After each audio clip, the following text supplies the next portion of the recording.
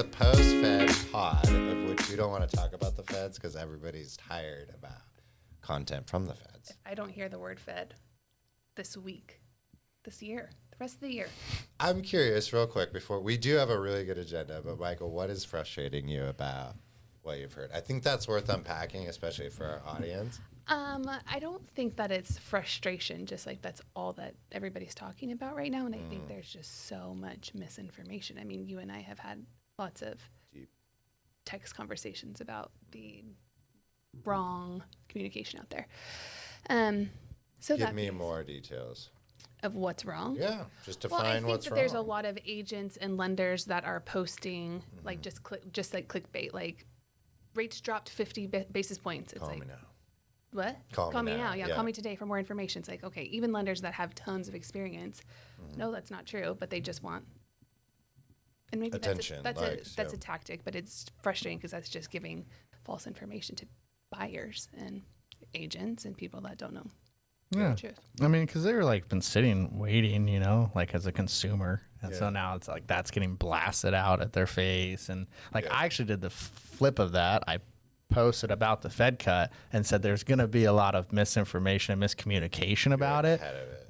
Please call Casey so I can give you the, proper advice. Conversations with buyers as the buyers were anticipating it and like it's already baked into the rates, blah, blah, blah. And still like multiple conversations and still saying, so what did that do to my rate? Because I saw online that it's going to impact my interest rate. I'm like, oh my gosh. Yeah. So that's like where it's like I think it's more clear for us because we talk about it every day, but there's so much misinformation that even if you are educating your clients and your agents, all of the other misinformation is still raising question marks. Yeah. It's a real issue with kind of social marks media. Isn't the right way, but social media and the internet in general. Like you can just find so many different answers, right? But once again, like you have to have the trusted people to shoot you straight. And to try to lift the spirits of the conversation, we are having our pre-show agenda. And a highlight would be if you're looking at the MBS data of the average 30-year conventional mortgage over the last 75 days, you've seen approximately a 1.1% reduction in the overall rate for most consumers. And of course, subject to credit approval and all that stuff. But those examples really do create a lot of opportunity. So say you've disengaged from the conversation of mortgages or real estate or buying a home and you've kind of hunkered down, you are looking at much more affordable options than say April, May, June of this year. So that is a lot of positivity. If you want to expand to 90 days, you're almost seeing 1.5% improvement. Now the blip is like, when was the last conversation? So if we were talking to a client 4 months ago, there's been massive improvements. If it was from 4 days ago, there's some confusing data for people. Totally. A lot of that data has to do with different forecasted numbers of the job reports, the election period going on, treasuries, and all these other markets that coexist with mortgages, so to speak. The economy as a whole, yeah. Yeah, and it can be really, really confusing. But to lighten the mood a little bit, if you think you're going to either refinance or buy, it is time to engage in a conversation. Casey, do you have more to elaborate on that? No, I mean, I think like that's like the positive spin on it is if you look at it from where we're at right now to 3-4 months ago, like we really have come down. Like, and that's like we're in a better direction. Like it's a relief. I had a borrower that we locked in July at 7.5, and we're at like 6.375 on his deal if he were to refinance right now. So I mean, and that's in July to September. Yeah. So it's a huge drop. Massive. Yeah, I mean, you're looking at that solid like 1% lower in interest rates, if not more, depending on that timeline we just talked about. So I think like it's good for the consumer to be seeing that and aware that, hey, interest rates have come down. That's the news that should be out there. And that's the news that should be out there, not just like interest rates are just cut. Like, well, what does that mean? It's like, so from the flip side, like I think we're starting to just see that relief for the consumer, the home buyer, which in turn, hopefully can be lower payments and stuff for them and get them now maybe who've sat on the fence for the last 2.5 years of you've seen higher interest rates, like start thinking about home buying. And maybe it's not the right time just yet for them, but at least now they can start having that conversation and preparing. Yeah, absolutely. And I think too, like, it's so hard for first-time home buyers too to like bring them into the conversation because especially cost to own right now relative to the rent, there's such a long bridge that you have to build there for it to make sense. But one of the good conversations I had with one of my clients just this week, where they're like, hey, they're closing in a couple weeks. I'm like, Addy, we've put together our budget. We're starting to feel the pressure, because what we've done for them is simulate that mortgage payment in advance, so they've become used to it as a family. Mm-hmm. So they've got a couple months before even owning what it's felt like to take on this new payment. And I highly suggest doing that if you can. But the conversation we had in a better mood was, look, we're adjusting our brain from paying a bill, renting, to owning, which is also not only paying for your shelter and your home for your family, but you're investing in yourself. It's kind of like that hump you make, like when you first get your real job in your early 20s and you're like putting into a 401k and paying insurance. You're like, what, my mom's not paying for this?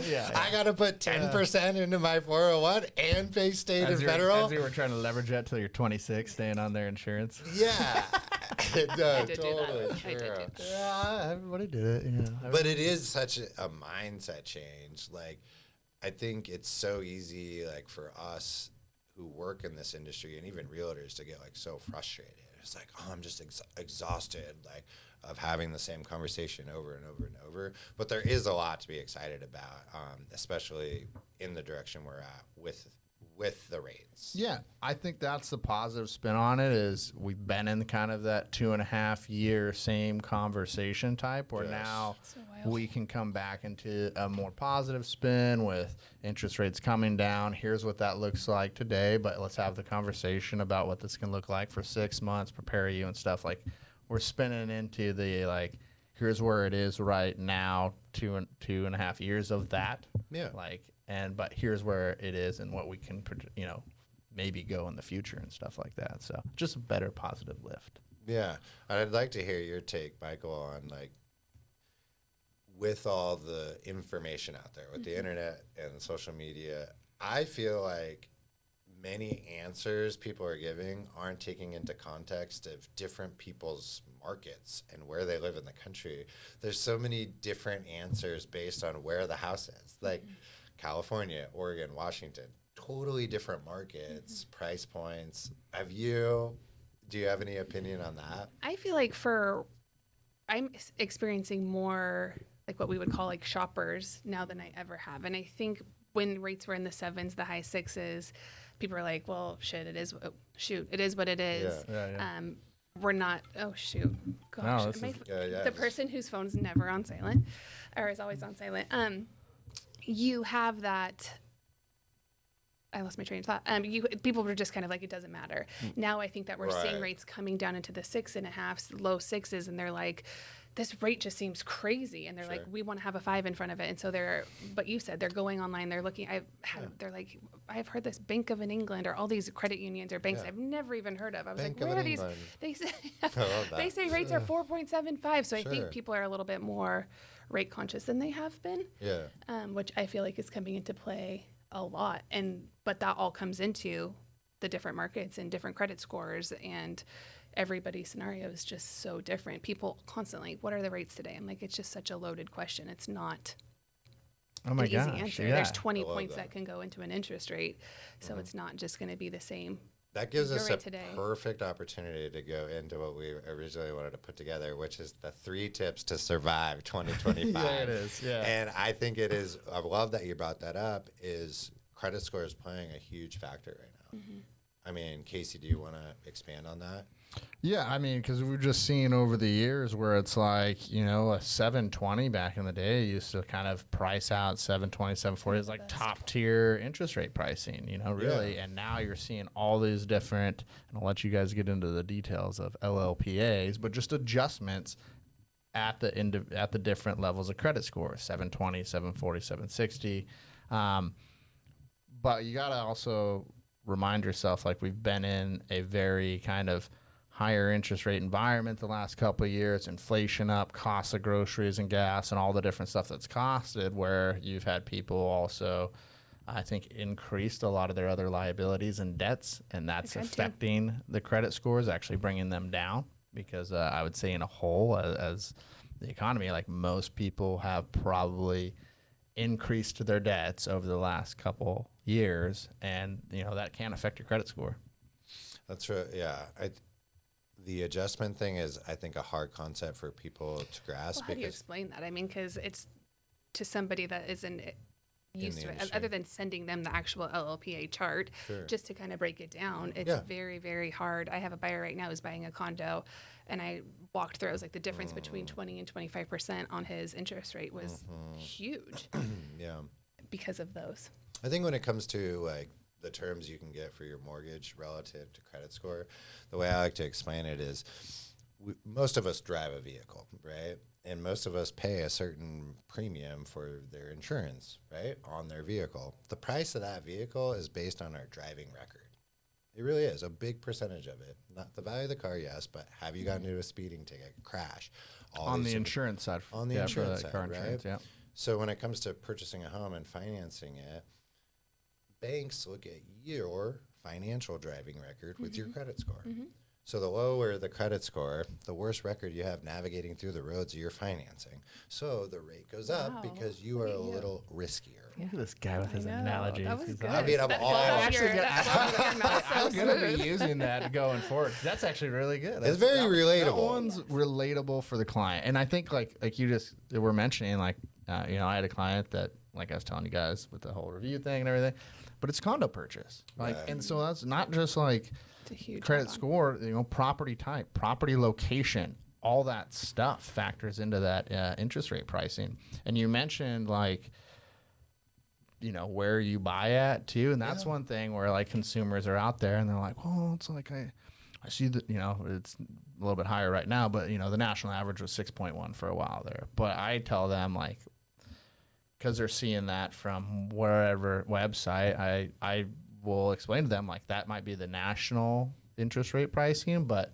you have to look at specific states. So like you can go on Google and do like Oregon mortgage rates, and it pulls up more of a state average, and you can plug your details in there, and that's actually pretty accurate to kind of where pricing is. And I think it's like good for consumers to understand that, like, yeah, in Kentucky you might be getting 6.1, but in Oregon, like, you might be more of a 6.5 or something. Just depends on all those different adjustments that go into that pricing. True. I think with that, like, just to add on to the interest rate and credit score thing is mortgage insurance and how credit driven a conventional mortgage insurance can be. I have a buyer right now. She's like, I just have to put 20% down. Because mortgage insurance is going to be $200, $300. And I was like, you have an 800 credit score. And I was like, if you put 15% down your mortgage insurance, it was $38 a month. And I was like, if you have an extra 25 grand in your bank account, so you can do remodels on the home or have an extra savings net versus obviously your payment is going to go up with less down, but the mortgage insurance was $38, less than $40. I was like, this is huge. Right. When in her head, she was like, it's going to be $200 or $300 difference. But and you'll typically kind of get a little bit more aggressive interest rate pricing when you throw that.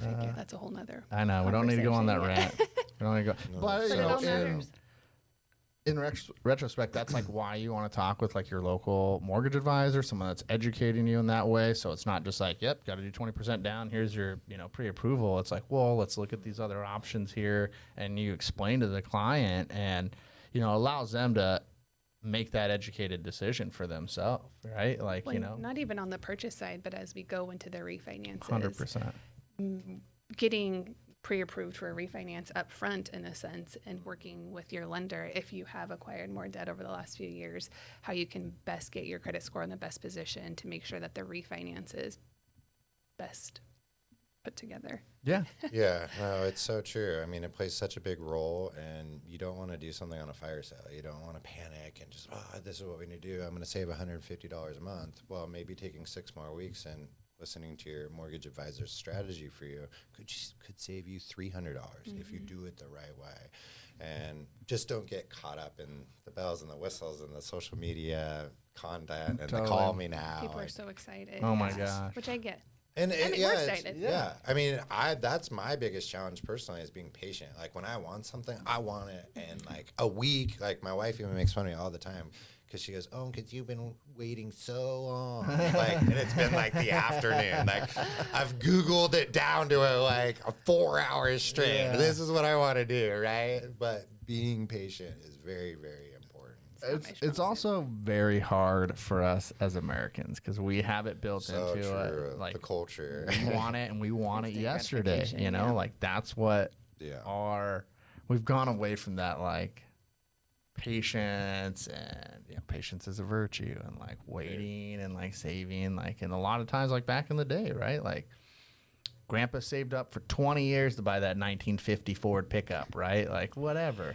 Whatever. And, nowadays we're just like, oh, I want it now. But Yeah. in that refinance, part of the conversation with the interest rates coming down, like it's going to become, blasted out there. You're going to see it in the social media and all the stuff. But like, it's important, I think, to take that at a slow pace, like have the conversation, look at some different strategies, look at maybe what option might be better for you depending on loan type and what you're kind of doing. Because just jumping in for like a refi on a lower rate, like, yeah, there could be some other things to do there, Yeah, and I know we've said this in the past. We do understand there are situations where families are just drowning, and it's like, hey, we got to put a patch on the sinking ship ASAP. That is a totally different situation where we're pulling people out of the weeds, and we're not trying to be insensitive to that. But if you do have the flexibility and life is treating you good right now, take 30 minutes to have a phone call with one of us. Let's build out a long-term plan that isn't like sign now and be done. Like the minute you feel like you're at a used car dealership, you've journeyed down a path that probably isn't that great. Yeah. And I'm sure there's some great used car dealerships out there. That's just my personal experience. I'm sure there is. I'm sure there is. You just go down 82nd Avenue. I'm sure you can find it. But there could be honestly about 5 or 6 refinance scenarios for your refinance. Yeah, totally. Good where point. like right now as a consumer, you're like, oh, lower rate, I'm saving money. But there could be 5 or 6 other refinances you could be looking at. Maybe we're going shorter loan term. Maybe we're paying off credit card debt. Maybe you're pulling out money for home improvement for selling because you need to move in 3 years. I mean, there's so many different things, right? But like in Addy's case too, like I have a client, we're working on a refinance right now, and it is that. It's desperate times, desperate measures right now. Like they can't even afford groceries. Like, and it does make sense for them to refinance. I think they're going to be like 1.25% lower in interest rate. And, let's just say figuratively, credit scores, all the stuff like we say for qualifying.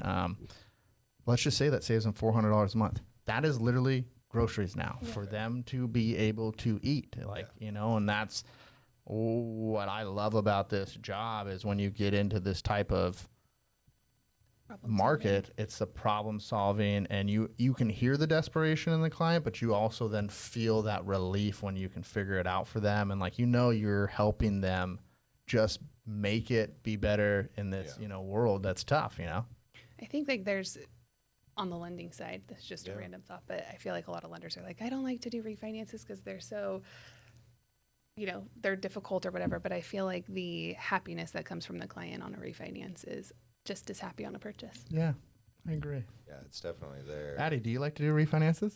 I don't solicit them. I do everything in my power to create a plan when someone's buying a home, not to have to refinance. So if I've built out the terms and the structure, terms and structuring appropriately, we likely won't have to refinance it. If someone's changed the amount of years that they wanted to stay in that home, we will look to do it. I do feel like a lot of the issues, and I've had scenarios cross my desk this week where I hear people say, this mortgage payment's just killing me. This mortgage payment's just killing me. Interestingly enough, if you stay with that conversation and dig a little deeper, there's other issues. And adjusting that maybe 30-year fixed mortgage payment by a couple $100 isn't going to resolve the main issue within the engine of the vehicle. So one example is, okay, well, we save you $200 a month by refinancing this. Well, what about all the other consumer debt, right? Mm-hmm. Oh, well, I was hoping to pay that off, right? Well, that's a different refinance. It's a cash out refinance, worse terms, more expensive. And now you're rolling all that credit card debt into a 30-year repayment plan, right? what can we do with that? You're paying 21% on it. Can we transfer it to a 0% APR and give you 6 to 12 months right out to an even better market, lower interest rate on the 30-year? Do we have the ability within old IRAs or 401s for 0% personal loans within yourself, which don't hit your credit? I'd always be rather paying back myself at 0 to 1% interest than the government at 7 or MasterCard at 24. That's such a good point. So I think taking the time to like really, and it's so hard. Like my heart goes out for a lot of consumers because it's like, hey, it's embarrassing for a lot of them. A lot of these like hardworking Americans are just trying to take care of their family and their kids. That's all they're trying to do. There are people that live well outside of their means, but within the last 18 months, America's been hit with really hard with inflation, and we do live in that culture where you have to keep up. Like, yeah, you got to eat, but you got to pay for the car that we financed it all, got to pay for the house. Insurance has gone up, right? So I think taking more time with people and figuring out, like, hey, let's organize it. Let's put it into different boxes and work on each box and see what we can do to relieve the pressure those are the conversations I like to have. I mean, that doesn't party well with my business in terms of productions and unit closed, but I sleep really good at night. And that's why I wanted to ask you, because I know you approach stuff with that long-term strategy and trying not to refinance, and people do forget about like pulling money out of retirement, and like some people will be like, why would I do that, but you have to look at it from that perspective. Like you can repay it back, you can repay it at low interest to yourself, right? And gosh, there's such a lot of good points you just mentioned there, and like that's just something that you get when you work with like your local mortgage advisor who actually cares about you and has skin in the game with trying to see you succeed and help your family. I think some people too don't have a lot of the conversation about when they sell the home,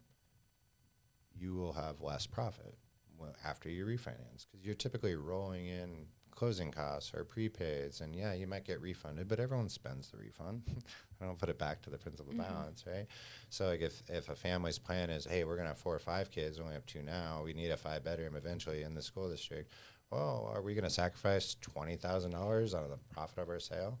And that also comes back to choosing the right loan program, whether it's a government loan or a conventional loan. They all have different fees. Some of them are very apparent. Some of them are tacked onto the loan balance, but they all impact how much money you will have when you sell. So you could dramatically change your equity position in the long run on your property if you're just waterfall financing from 7.5 to 6.5 to 5.5 and 4.5 on a conventional loan, and you've tacked in $25,000 to fees, $35,000 to fees. Then you thought you were going to make $100,000 on this house. Now you don't. Pay an agent commission to sell it, buyer commission to get rid of it, and you've lost $30,000 on equity commission. Now you don't even have 5% for your next dream home. Right. Like it goes super quick. So just another thought. You're not thinking about like the long-term play, like what you're doing now, how that affects you 5-7 years from now. I mean, it's a good point. And kind of like when we talked about like when you have this interest rate market where it starts coming down and stuff like that, the people that are always chasing the lower interest rate just so they can one up their neighbor Dan at the barbecue, Totally. Like I hate that, Like I saw some clients in the 2020, 2021 refinance like 6 or 7 times when you could have refinanced twice, maybe, once if as a good shot, right? Yeah. But it's just that, like, please, if you're a consumer out there, do not chase the rate to just have a lower rate than your neighbor does, because it's a completely different loan, maybe price. There's so many different factors. I do really like some of the government streamlines. So there's a clear difference between a conventional loan, which a lot of people have, or jumbo loans, and the government loans, your FHA and your VA, USDA loans. There are some opportunities to do streamlined refinances, and these are very low costs, right? And if they make sense there, definitely take advantage of it. But just because you heard someone got an incredible deal doesn't mean you have that same set of financial circumstances as them. They might be a veteran and served our country. They have rights to different programs than just the regular person. And here's a side comment. Nobody cares. Nobody cares what interest rate you got. Nobody really remembers. Nobody remembers. It's very rare. You don't get any kudos. Like you're not getting any like play. Like you didn't become the cool person on the block with the lowest interest rate. You still got to do your yard because it looks like crap. Like What are your lawn? This guy is sounding personal. Yeah, it sounds like a personal story. Yeah, that's personal story. Yeah. No, but it's just that, just being smart with the market and like trying to just take advice the way it should be, you know. And I think a lot of that is just not getting caught in all the news that's blasted out there. I think, you know, to get into our last and final bullet, which is just budgeting, right? We put that on our notes when we met before, just like surviving 2025, really important to just have a budget. Like, both of you guys are parents. I feel very simplified because it's just my wife and I don't have these. No, don't forget about Baron. I do have my 8-pound dog. He's doing really good, and he's due. 8 pounds. Yeah, he's due for a checkup. I took the cutest picture of him yesterday. I'll show you later. He wears bow ties sometimes on the show. We'll bring him on the show. He's got a bow tie. I want to hear from you guys run families. That is a business term. You guys have kids. Like, how are you managing a personal budget, and what are some things you could do to really? Yeah, I think it's just. I mean, I think it's tough in the sense of once you start adding in spouses and kids and stuff. Clearly, your money doesn't go as far as when you're single.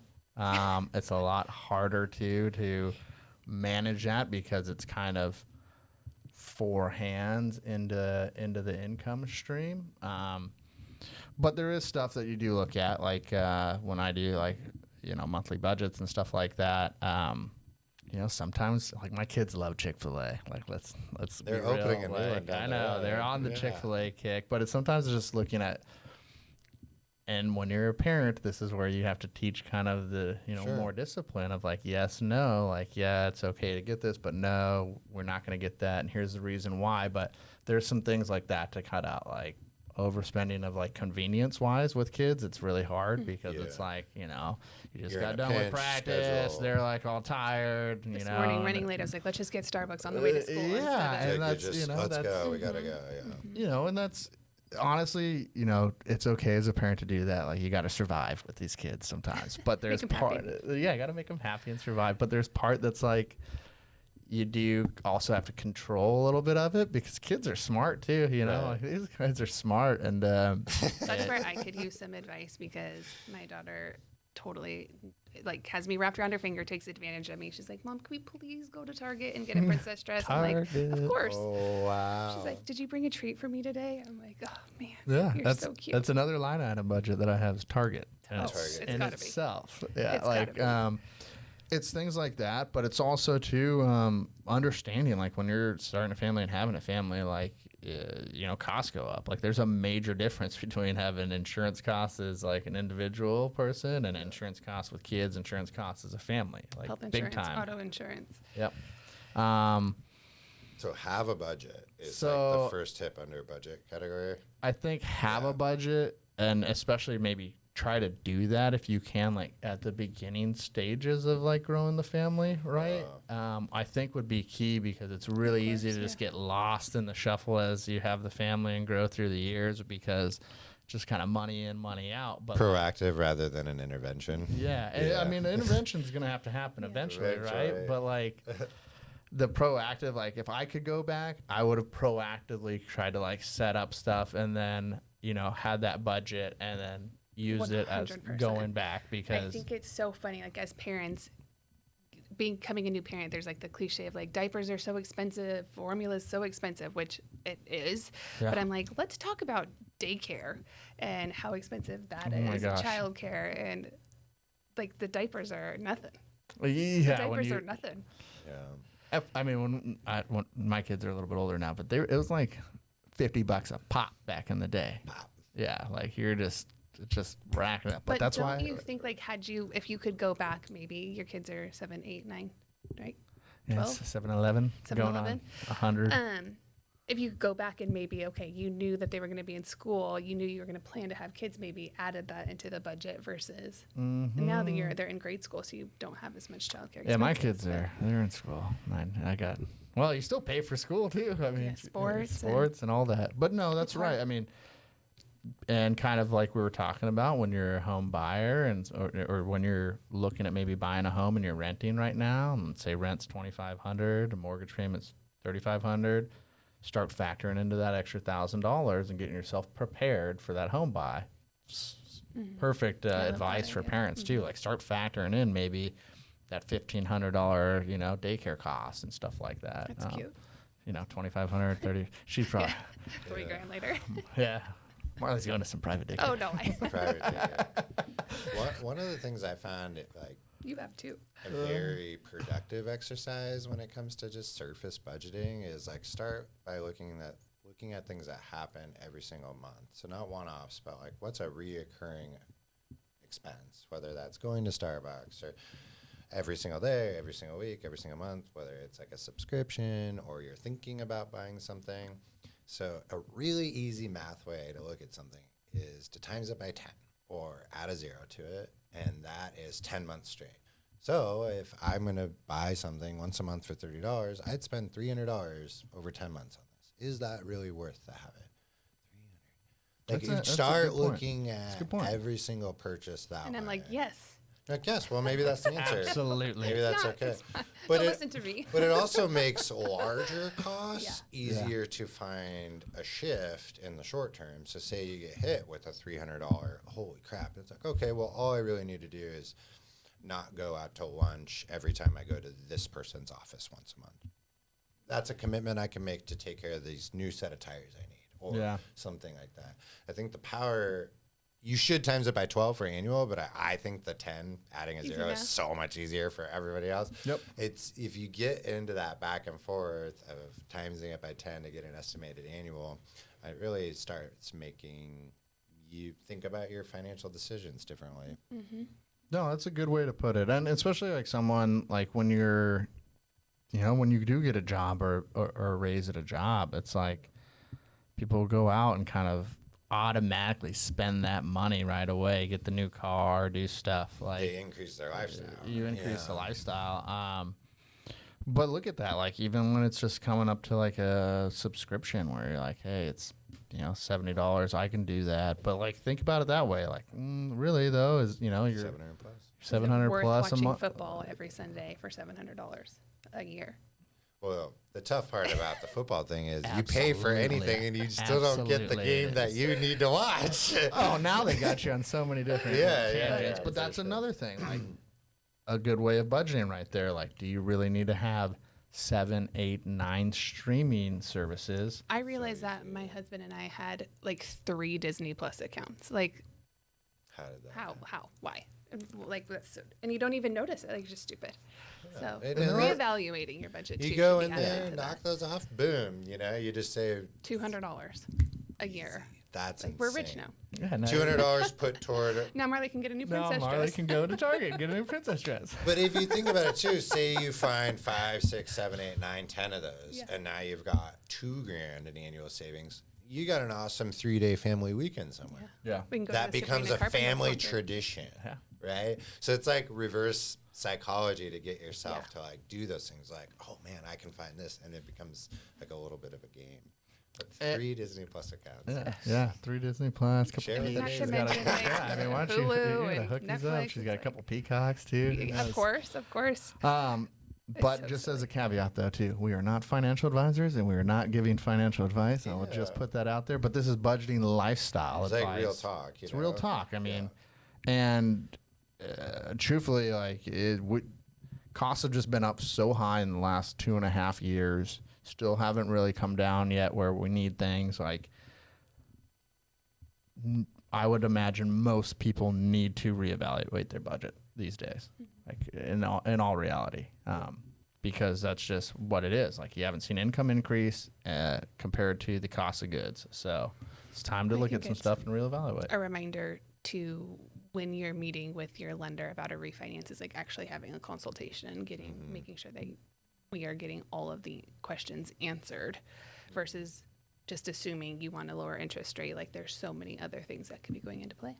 So true. And I know we got to close this out soon, but I Yeah. also think what's really confusing about this country is we don't have proper financial literacy set up in our early ages, even college ages.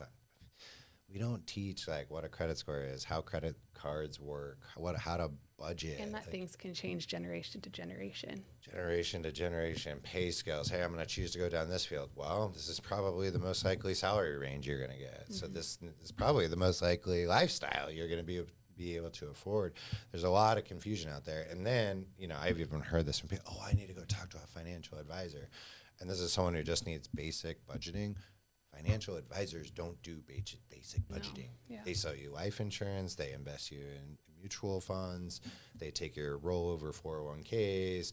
They do a lot of great things, but they ain't teaching you the times 10 rule, staring at, you know, a Yeti, a Yeti on clearance sale at Target. Like that's the disconnect. So though, like, yeah, we have to do that fine print. I hope that people do want to have an open conversation and at least just share, you know, what their struggles are and try to have some sort of accountability or help. Yeah, it's so frustrating. Why don't we have that?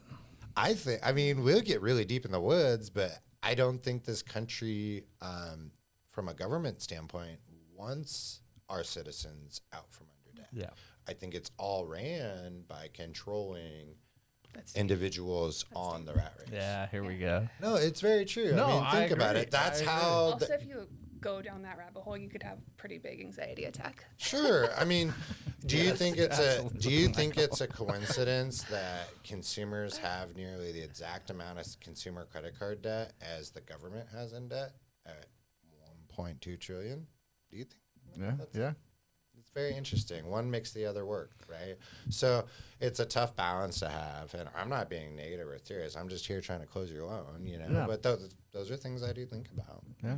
No, I think it's something that, you know, we try to teach daily though on the show, is just being aware of those kind of factors and making sure you can be better. Because at the end of the day, guys, we just don't want you stressed out. Like life will beat you down and you have to figure it out and stay positive. And that's what we're here for.